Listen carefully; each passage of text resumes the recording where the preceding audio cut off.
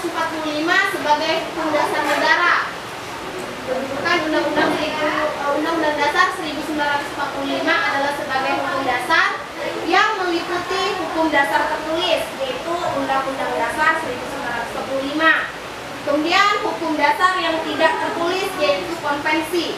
Apa itu konvensi? Konvensi merupakan hukum dasar tak tertulis yang di dalamnya terdapat kebiasaan ketatanegaraan dalam sebuah negara. Hukum dasar tak tertulis seperti konvensi memiliki sifat melengkapi, menyempurnakan, serta menunjukkan kaidah hukum perundang-undangan. Contoh dari hukum dasar yang tidak tertulis itu, yaitu contohnya seperti hukum saat kita diperintahkan untuk memberi salam kepada orang yang lebih tua, menghormati orang yang lebih tua. Nah, itu kan tidak ada hukumnya yang tertulis, tapi itu termasuk dalam norma kesopanan, ya. Jadi di dalam hukum norma kesopanan tersebut kita diajarkan untuk saling menghargai terhadap sesama, baik yang tua maupun muda. Bagaimana cara kita berinteraksi dengan orang yang lebih tua?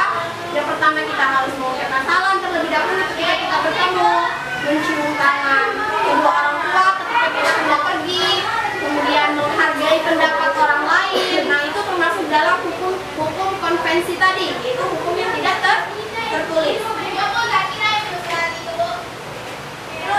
Kemudian perlunya dasar hukum tertulis, yaitu agar hukum tidak bertentangan, maka perlu adanya dasar hukum tertulis.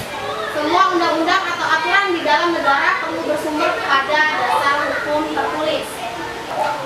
Sebelum kita tutup pelajaran kita hari ini, ada beberapa pertanyaan yang ingin Ibu ajukan. Kalau bisa, silakan angkat tangannya, ya. Kenapa UUD itu penting dalam kehidupan kita? Ada yang bisa jawab? Nah, Alia, kenapa Alia? Karena mencari nilai yang utama dalam bernegara dan menjamin hak serta kewajiban kita sebagai warga negara. Masya Allah, baik ya. Terima kasih atas jawabannya Alia. Kalau tidak, silakan ketua kelas, duduk kelasnya. Istiadat